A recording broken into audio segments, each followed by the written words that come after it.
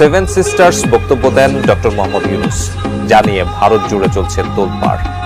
চীন সফরে গিয়ে ভারতের উত্তর পূর্ব রাজ্যগুলি অর্থাৎ সেভেন সিস্টার্স নিয়ে বিতর্কিত মন্তব্য করেন বাংলাদেশের অন্তর্বর্তী সরকারের প্রধান উপদেষ্টা Mohammad Yunus.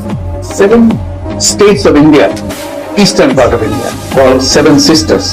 They are landlocked countries. Doctor Mohammad ইউনূসের সাম্প্রতিক চীন সফরে ভারতের উত্তর পূর্বাঞ্চলের 7টি রাজ্য নিয়ে দেওয়া বক্তব্য নিয়ে ভারতের তীব্র প্রতিক্রিয়া সৃষ্টি হয়েছে।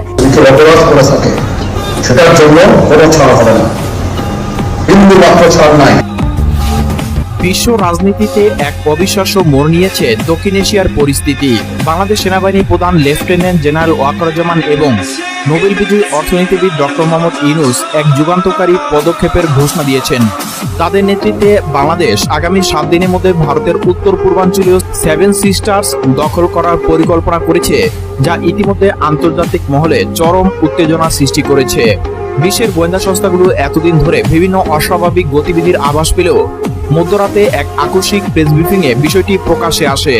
বাংলাদেশ সেনাবাহিনী প্রধান ওয়াকারুজ্জামান ঘোষণা দেন, বাংলাদেশ এখন আর শুধু অর্থনৈতিক উন্নয়নই সীমাবদ্ধ নয়, আমাদের সার্বভৌমত্ব ও নিরাপত্তার স্বার্থে ঐতিহাসিক অন্যায়গুলোর প্রতিকার করা হবে। ডক্টর ইউনূস, যিনি এতদিন মানব কল্যাণ ও অর্থনৈতিক উন্নয়নের পক্ষে কাজ করছেন, হঠাৎ করেই এক ভিন্ন ভূমিকায় আবির্ভূত হয়েছেন। ব্রিফিংয়ে তিনি বলেন, আমরা শান্তিপূর্ণভাবে ওই অঞ্চলের জনগণের দাবির প্রতি সম্মান জানিয়ে এগোচ্ছি। এটি শুধু সামরিক পদক্ষেপ নয়, এটি এক ঐতিহাসিক অধিকার পুনঃপ্রতিষ্ঠার লড়াই।